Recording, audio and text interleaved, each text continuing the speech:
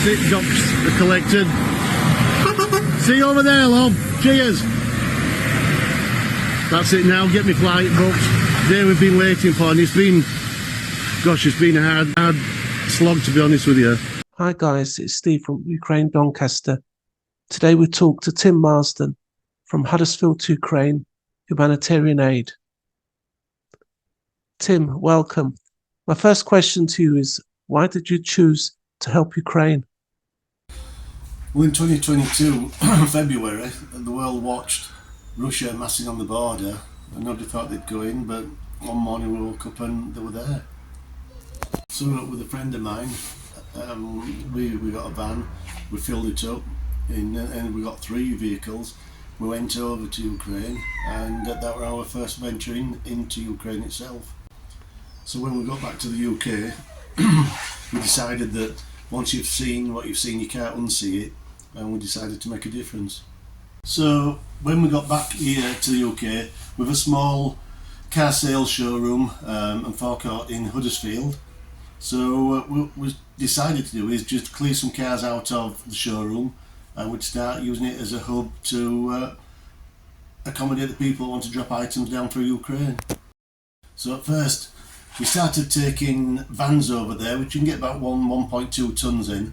That were a cost of about £2,000 getting there and back, the ferries, the fuel, away for a week, like ourselves.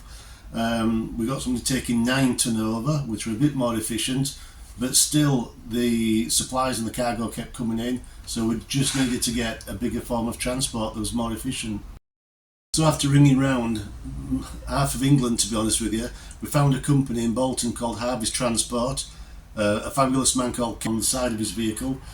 We called our organisation Huddersfield to Ukraine Humanitarian Aid, and we started the convoy from there. We can take about 25 tonnes each time we go now.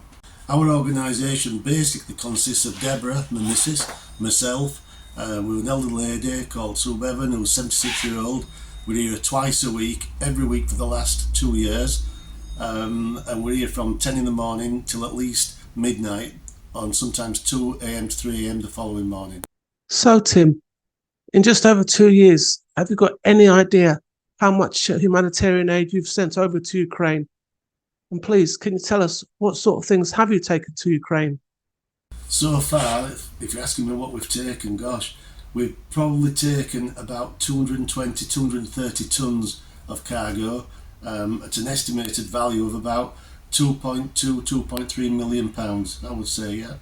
We've taken 104 brand new hospital beds, all electric, for the use of people with spinal injuries, soldiers, civilians, etc. We had bespoke mattresses made, amongst other items such as meds, food, animal food. We had 22 tonne of food for animals delivered to Kharkiv. This was the first year.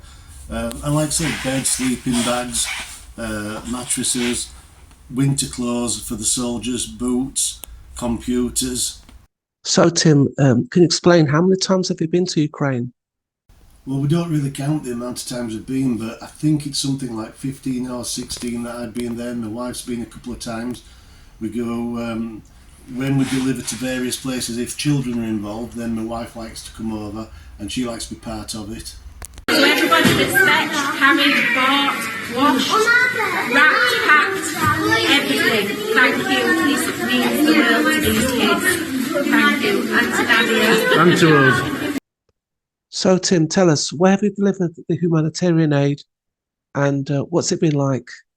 Delivered to most of the major cities, and some you haven't heard of, from Sokal, Novoyavorsk, obviously Lviv, Ivano-Frankivsk, Kropyvnytsk, Kherson, Dnipro, Sumy, Kryvyi Rih, and Kharkiv. The good thing about it now is the people in the cities that we now deal with trust us implicitly.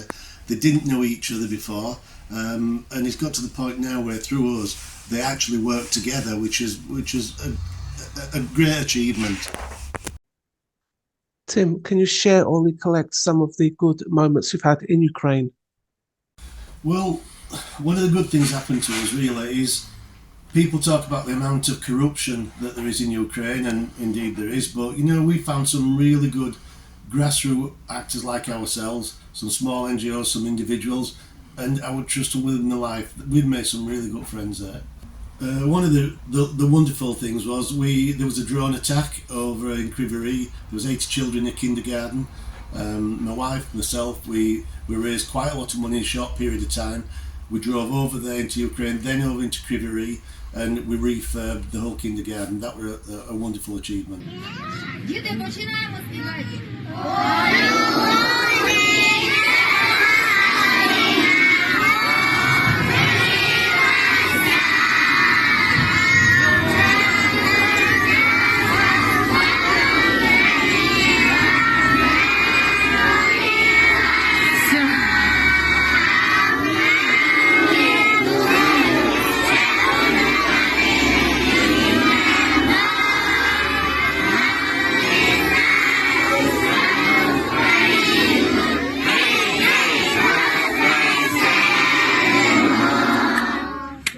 Thank you, Deborah. This is for you. We've seen all sorts of things you can imagine in a war zone, some good and some bad, some indifferent, but one of the things that were lovely, this place called Chivonograd, there's some orphans there from the east, there's now the west. We support them, we have done for quite a while, and at Christmas time it's always an emotional time, but we took a Santa over there, a load of presents, new clothes, bedding, towels, everything. That was lovely. There's one or two things that you get over emotional with, and you know, we've been in air raids and seen rockets and anti-aircraft fire, but when you come out of the orphanages that we support, I do come out a bit of a broken man, to be honest with you. You know, the kids have lost everything. The young ones haven't even got a surname because there's no documents, and it does break us a little bit, to be honest. Tim, are there any negative things or things that disappointed you when you was in Ukraine? Negative things? Well, there's a war on. The negative things have really, apart from what we've seen, is the borders. The borders right from the first time we went until the last time, the hard work. First of all, you have to get through the Polish borders, which, look, we know they're only doing a job, but sometimes it can take 2, 4, 6, 8 hours just to get through there, and then you arrive at the Ukrainians, which you would think that they'd be helpful.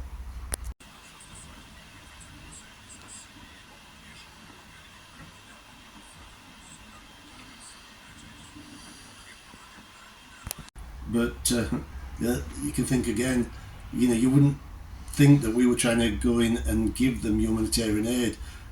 There's a language problem, but other than that, there's no help whatsoever, and I think they need to change that immensely, and because people are stopping going now. The humanitarian aid workers that we know, they're just not going. It's easier to give aid elsewhere.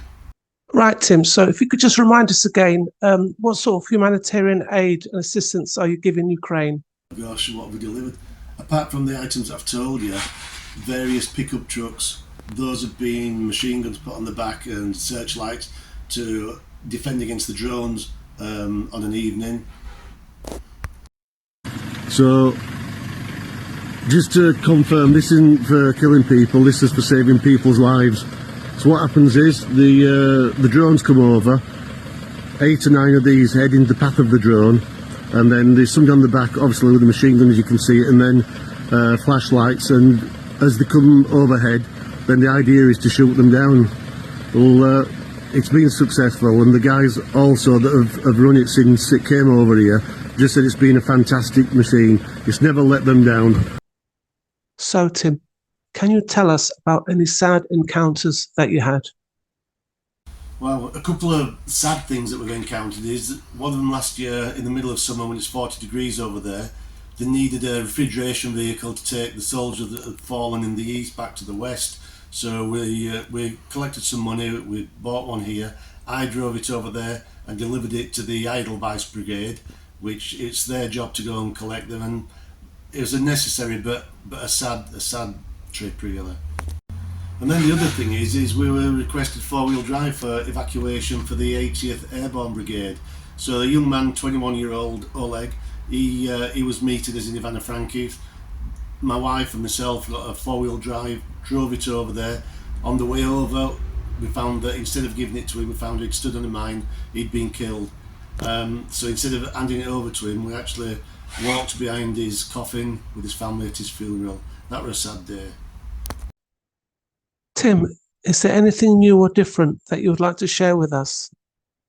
So yeah, one of those next little things is, well, big thing hopefully, is we're going to be concentrating on something called IFAC pouches, which is independent or individual first aid kit.